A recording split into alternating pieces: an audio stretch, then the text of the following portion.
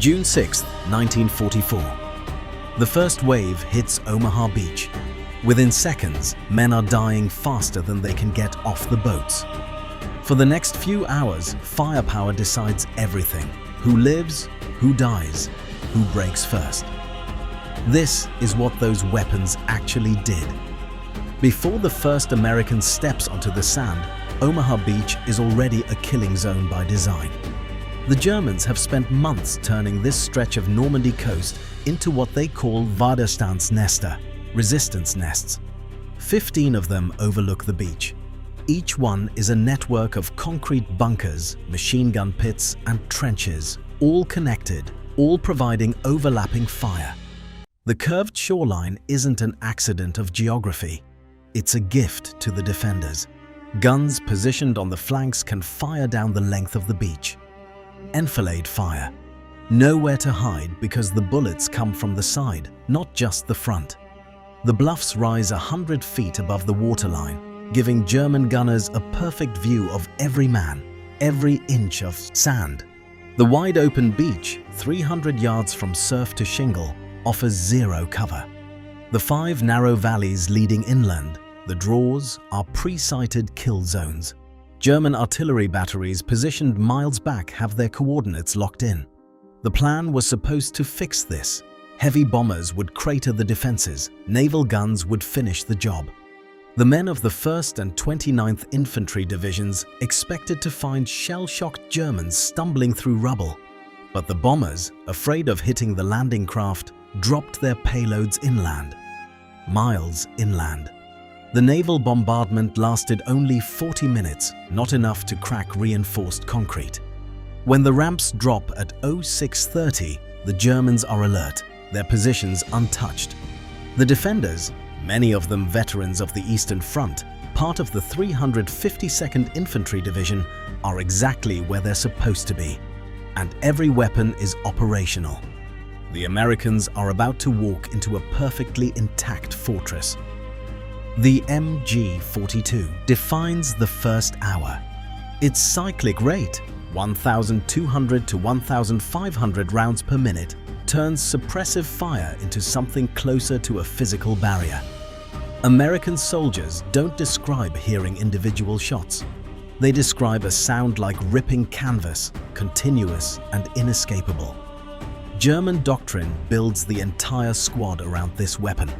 The riflemen exist to protect it, feed it, and cover its relocation.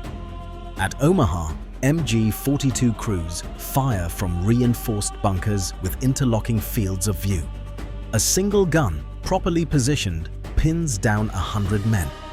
The tracer rounds, one every 5 to 7 bullets, let the gunner adjust fire in real time, walking the stream of lead across clusters of troops with no cover. On open sand, against men weighed down with soaked gear, it's devastatingly effective. Supporting that buzzsaw are the Kar-98K rifles. Bolt action, but in the hands of Eastern Front veterans, accurate enough to pick off medics, radio men, and officers trying to organize the chaos. And, behind the bluffs, 80mm mortars drop shells on men who think they've found safety behind the shingle bank. The anti-tank guns, 50mm and 75mm pieces mounted in concrete casemates, weren't meant for infantry. But they shred the Higgins boats in the surf, killing men before they even reach the beach. Soaking wet, under fire, and watching men die around them, the Americans fight back with what they carry. The M1 Garand, semi-automatic, 8-round clip, gives each rifleman a firepower advantage the Germans can't match shot for shot. Its rate of fire is double that of the Kar-98K. On open ground, that matters less. But as men begin to move, to find angles, to return fire, the Garand becomes the tool that keeps them alive. The Browning automatic rifle is heavier, harder to move, and its 20-round magazine empties fast. But it's the only weapon an infantry squad has that can suppress an MG42 nest. BAR gunners become priority targets. They know it. They fire anyway, buying seconds for riflemen to advance. Grenades are useless on the beach. But once men reach the base of the bluffs, they become essential. Bunkers that survived naval gunfire can be cleared from above. Bangalore torpedoes, pipes packed with explosives, blow gaps through barbed wire, creating paths where none existed. The M1 Carbine, lighter and shorter than the Garand, is what officers and engineers carry when they need to move fast and fight close. It's not powerful, but in the drawers, in the trenches, it's enough. The stalemate breaks when the US Navy makes a decision that violates every doctrine. Destroyers steam directly toward shore, close enough to scrape bottom and engage German bunkers at point-blank range. USS McCook, USS Carmick, USS Doyle. They position themselves between the bluffs and the men pinned on the sand, trading armor for accuracy. 5-inch naval guns firing over open sights can do what rifles and BARs cannot. Concrete casemates that shrugged off bombs now crack under direct hits from destroyers firing at ranges under 1,000 yards.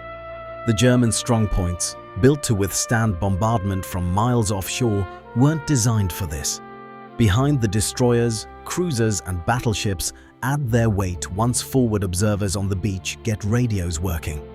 Now the naval gunfire isn't blind, it's directed. An officer with a working radio can call down shells from USS Texas or USS Arkansas onto specific bunkers, specific trenches. German artillery positioned inland 105mm and 155mm howitzers pre-sighted on the drawers had created impassable choke points. Naval gunfire hunts them next. Spotter planes identify positions. The big guns offshore adjust. The German batteries, untouchable for hours, start going silent. This is what shifts the battle. Not tactics, not bravery alone. Overwhelming firepower delivered from the sea by crews willing to risk their ships in shallow water. Dominance at Omaha was never static. It shifted in phases, measured in blood and hours. The first 60 minutes belonged entirely to the Germans. MG42s pinned entire companies against the waterline. Mortars denied cover. Anti-tank guns turned landing craft into coffins before men could wade ashore. American casualties in that first hour were catastrophic. Some companies lost 90% of their strength. The second phase belonged to small groups of survivors who refused to stay pinned. Sergeants and lieutenants, many of them dying as they moved, rallied handfuls of men with Garands and BARs. They didn't break the German defenses. They contested them. Suppressive fire from BARs bought seconds. Garands returned fire fast enough to make German gunners duck.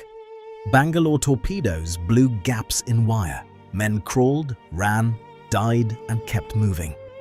The third phase was annihilation from the sea. Destroyers closing to point-blank range, naval guns cracking concrete, forward observers calling fire onto bunkers that had survived everything else.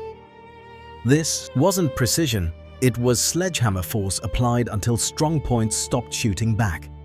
By 1,000 hours, German positions that had been impregnable at dawn were rubble. By afternoon, men were moving inland through the drawers. The guns that dominated weren't the most advanced. They were the ones in the hands of men who adapted, who closed the distance, and who brought enough steel to break concrete when it mattered most. By nightfall, 34,000 Americans had come ashore at Omaha Beach. Over 2,000 were casualties. The guns that dominated weren't the most technologically advanced or the most powerful on paper.